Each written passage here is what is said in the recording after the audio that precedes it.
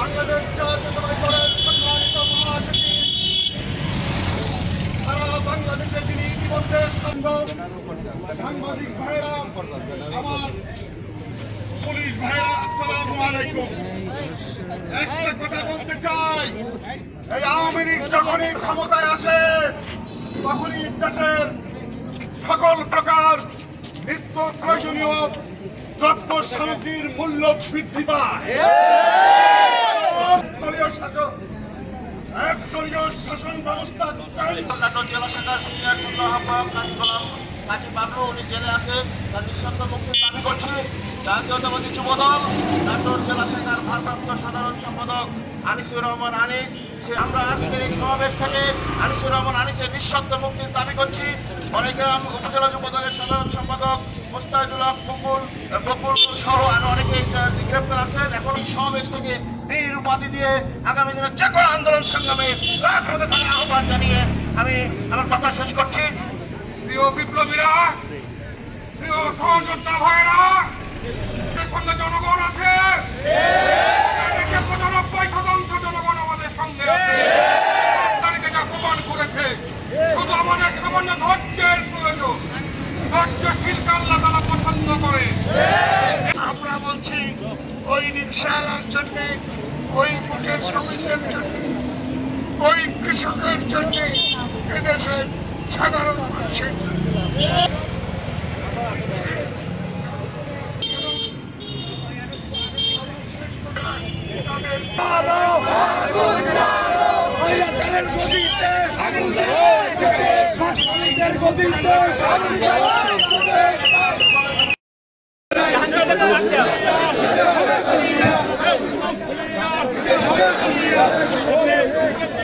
Direct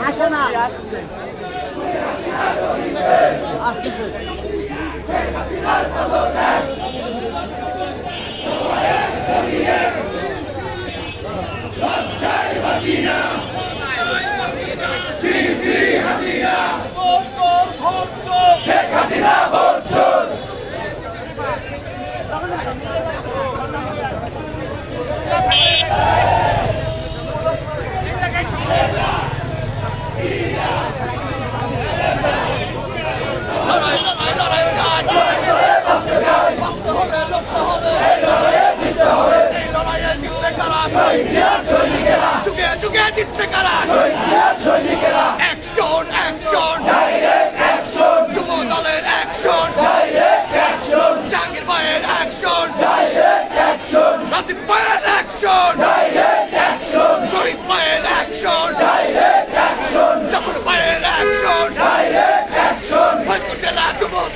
action!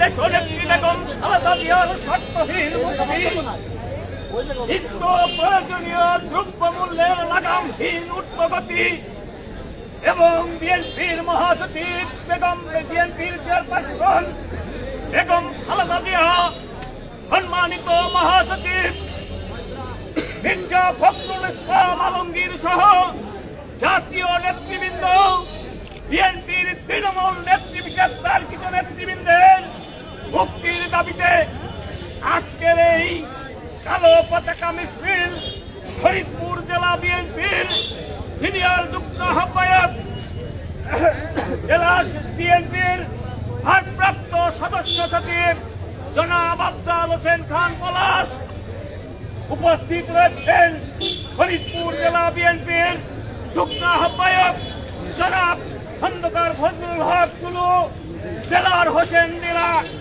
মহানগর বিএনপির senior যুগ্ম আহ্বায়ক এমপি আক্তার টুটুল, যুবদল কেন্দ্রীয় নির্বাহী কমিটির সংগ্রামী সহসভাপতি বেনজির আহমেদ তাবরিজ, যুবদল ফরিদপুর জেলা শাখার বিপ্লবী সভাপতি রাজীব হোসেন, যুবদল ফরিদপুর জেলা শাখার বিপ্লবী সাধারণ সম্পাদক জাহাঙ্গীর হোসেন, স্বেচ্ছাসেবক দল ফরিদপুর জেলা শাখার সংগ্রামী আহ্বায়ক মোজাম্মেল হোসেন মিঠু,